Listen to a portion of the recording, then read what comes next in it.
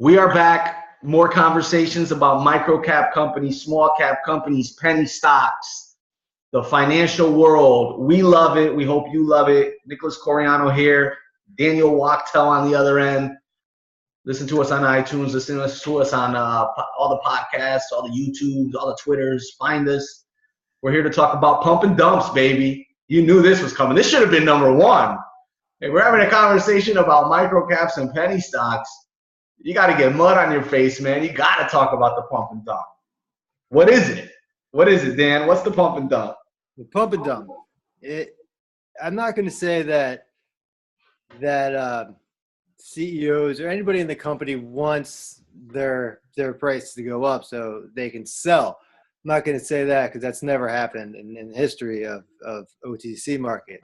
But what I will say, This guy's the most sarcastic guy on the internet, folks. what I will say is that there are a large part of the OTC market that drive the price up of the stock, because it's very illiquid. It doesn't take much to do it. It takes a couple $100 and you can put a buy order in at a higher price and the stock will move. Yeah, because the ask bid spread is so big that once people start buying, so they'll do it over. So hold on, the ask bid spread, for those novices that are joining us, ask bid is the price that they're willing to sell it at versus the price they're willing to buy it at. So Right. The ask is what they're willing to sell it at, and the bid is what they're willing to buy it at. Right, and in the other markets, it's very, very small. Very large in OTC market. It could be like 3, 5, I mean, almost 10 cents sometimes. Exactly. They could be offering $1 to buy it and 20 cents to sell it, or vice versa. It could be upside down. And whereas in the bigger companies like a Facebook or a Chevron or a Amazon, if the stock is trading at $900, the ask bid is 901 cents, and 900. So, okay, so the pump and dump. What is it? What is it? So let's give the layman's term, what you heard all over the place. The layman's term is, right, someone's promoting a company. They're issuing either news or sending out email newsletters. There's a plethora of ways to promote a company. Back in the day, 50 Cent sent out a tweet, and it sent a penny stock going through the roof. You guys can Google that. It went going through the roof, right? That pumped it up. So any kind of promotion or marketing that makes the stock go up, that increases the buyers, that's the pump. And the dump is when whoever who's pumping it up decides to sell it to the regular person who's been watching the stock go all the way up, and they tell them a story that the stock's going to go to $1 billion and you should own it for whatever reason, and they buy it, the regular person buys it, and now they're out at a very, very high price, as opposed to the person who they sold it to who got stuck with it. And as we know, the OTC market, it's very illiquid. Being it so illiquid, it's very hard to get the stock. So who's behind these pump and dumps? It's brokerage. It's these special kind of brokerage firms that will call. Let's get real. It's guys that are working on a real gray area.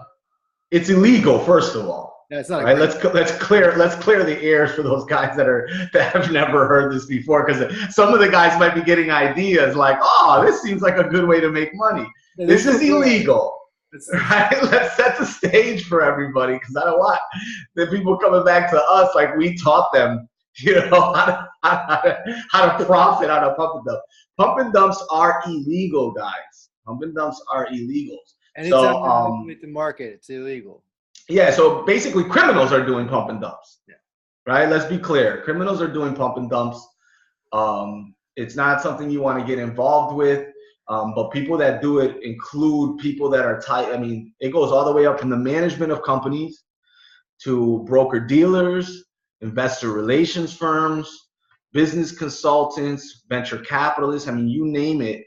Go to sec.gov and type in pump and dump, and you'll see the caseloads there.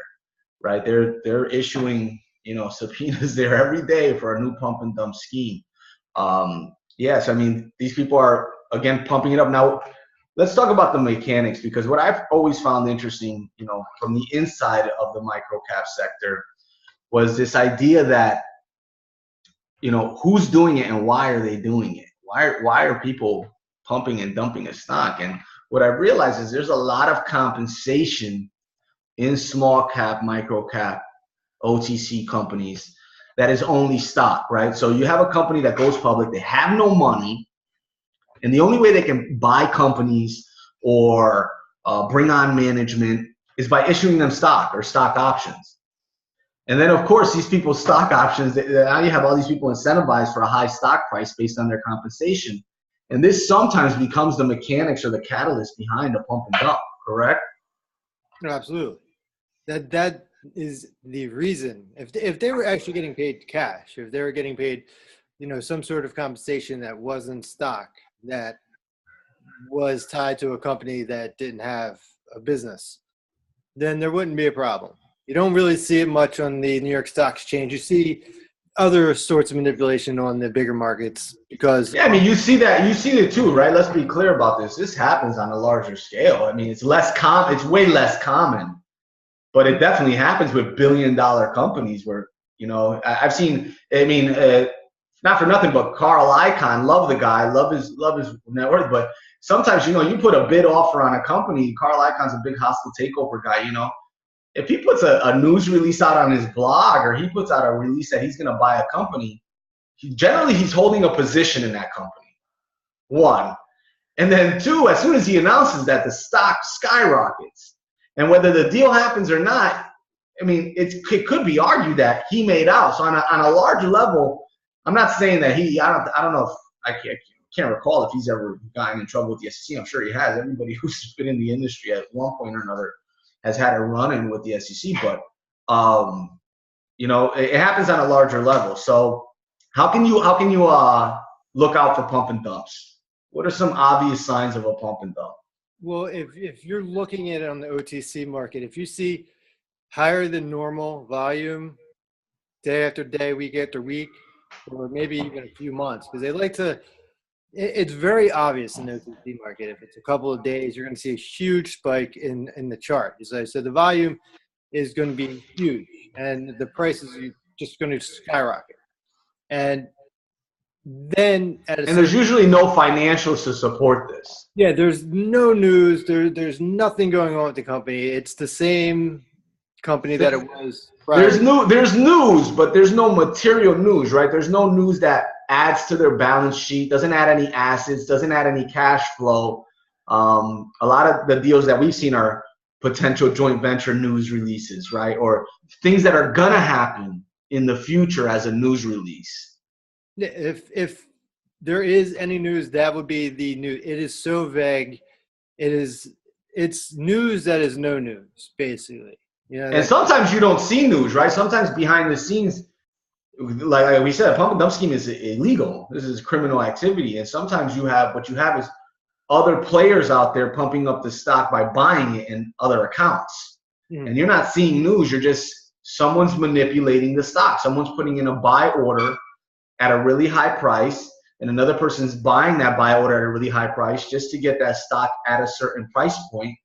And then when, it's kind of like a catch-22, because as soon as that happens, then everybody else starts wondering what's happening, and then you get the novices jumping in, and this is where they dump it, right? Right. They concoct a story, because back when I was at Oppenheimer, we used to get phone calls every so often, telling me that I should have my clients in this company that was trading at 3 cents, and it was going to go to $10 within a week. They have this new technology that's going to come out. It's a game changer. There's keywords that people use when they call you game changer. It's going to change everything. It's going to make everybody's life better. Everybody's, you're going to make $1 million in a week that you should sell to all your clients. And a lot of times, some people may do that. They may get sucked into the story that this company may actually be doing this. But if you know it's a pump and dump scheme. They're just trying to get other broker-dealers to start buying it to their clients because they're selling off their stock. The people that have it are the ones that own the stock. The people who are calling you on the phone saying it, they actually own the stock. They have large blocks of stock. Exactly. And there is no market for that stock. They're looking for someone else to buy it. And that's a great way to know, the pump and dump scheme is just follow the money, right? If you guys go look at the SEC filings and see who actually has stock in that company, who got compensated, what price they paid, you'll see, if there's any funny activity there, you might know who's behind it. Social media has now been rapid with pump and dumps. I mean, whether you're on Twitter and some of these people are just so flagrant about it. They're just literally saying, this is the next big one. This is the next big one, right? And there's nothing there. It's just a shell company with no assets, no income, no revenue. As a matter of fact, all they have is debt. And here's someone online promoting that stock, but it's probably because they hold a position in it. And sometimes pump and dumps don't have anything to do with the company. Sometimes somebody just took a large position and is trying. Now with the power of social media, they have the tools to pump the damn stock themselves, No, it's absolutely true. I mean, we've heard stories recently, people who I had one guy, he wanted to sell me a stock that was going to $25 for a half a penny. Oh man, that sounds like a good deal. I was like, wow, thank you, I appreciate it. Well, why aren't you holding on to it? Yeah, I just want to get rid of it. Well, if it's good, if you are 100% if you know a thing is going to $25, why are you selling it, bro? You're telling me that without a shadow of a doubt that it's going to $25. Yeah, but his mother had to have a surgery, and his uncle Tom needs the money. You want to sell me 1 million blocks of stock for a half a penny? It's hilarious. Look, the final thought on pump and dumps: be cautious. Be very cautious. Understand what they are. Do some research on how to find them. Be careful and stay away from it. If anyone approaches you and you even get an inkling of it, I'm gonna give you the Warren Buffett line, man. There's plenty of money to be made in the center of the court. Don't play anything close to the line. So stay away from those things, guys. Thanks for joining us again. Find us on iTunes. Find us on YouTube. Find us all over the web, guys. Thanks for joining in. Tune in again, guys.